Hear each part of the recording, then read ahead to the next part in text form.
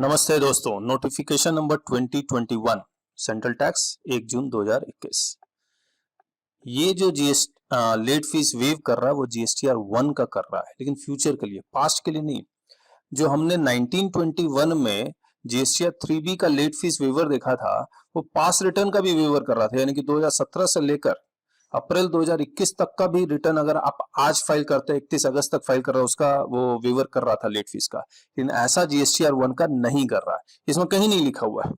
और ये जब प्रेस रिलीज भी आया था तब भी हमने यही बोला था कि आधा अधूरा हाफ हार्टेड मेजर्स है एमनेस्टी स्कीम का, क्योंकि जीएसटीआर 1 के साथ ही 3B जाता है। आपने 3B का तो लेट फीस वेव कर दिया, 1 का नहीं किया, तो अगेन जो सिटीजन्स है वो लेट फीस जो देंगे उनके लिए भी बहुत ज्यादा होगा।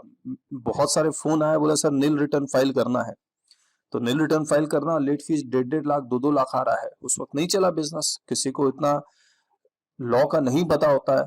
हम लोग जैसे थोड़ी होता है कि जैसे ही लॉ आया चलो पढ़ा जाए, वीडियो बनाया जाए, ये हर किसी के साथ होता नहीं है। बाकी बहुत लोगों के पास बहुत तरह के काम होते हैं, हमारे जैसे लोग थोड़ी होते हैं कि सिर्फ यही काम होता है जीएसटी पढ़ना।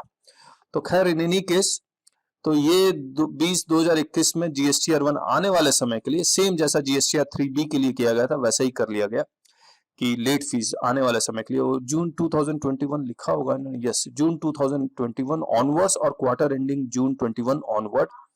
अगर आपका जीएसटीआर 1 में टर्नओवर 0 है, इन्होंने यहाँ क्यों लिखा है रजिस्टर्ड पर्सन हुआ nil outward supply in the tax period, तो ये सही लिखा है। जीएसटीआर 3B में टैक्स 0 लिखा था, यहाँ पर आउटवर्ड सप्लाई ही नील है।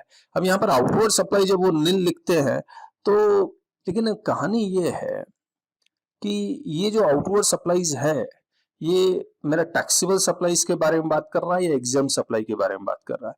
मान लीजिए किसी मंथ मेरा मैं दोनों करता हूँ, टैक्सेबल सप्लाई और एग्जाम सप्लाई, लेकिन किसी मंथ मेरा सिर्फ एग्जाम सप्लाई है, तो भी क्या मैं यहाँ कवर होऊंगा या नहीं होगा? मोस्ट प्रोबेबली नहीं होंगे।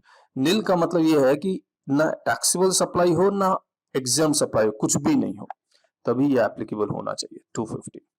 और अगर अप टू 1.5 करोड़ है तो 1000 रुपीज पर एक्ट है, डबल करते जाइएगा।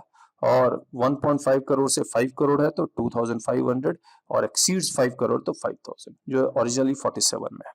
तो ये था नोटिफिकेशन नंबर 2021 में जो उन्होंने लेट फीस माफ की है वो जीएसटीआर 4 की है। और जीएसटीआर 4 अब तो आपको पता ही है, ये तो एनुअल हो गया है, और ये भी फ्यूचर में 21-22 से।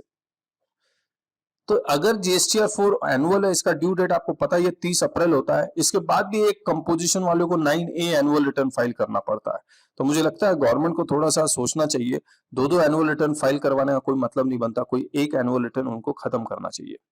और उन्होंने लेट फीस 250, और अगर नील जा रहा है, अगर नील नहीं जा रहा है तो 1000 डबल कर लीजिएगा।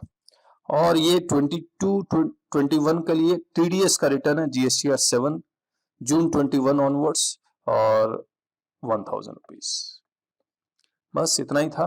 बाकी तो और एक्सटेंशन ऑफ डेट ये सब है, उसको इसके बारे में हम लोग बड़ा क्लरिकल सा है, इसलिए उसको हम नहीं करते।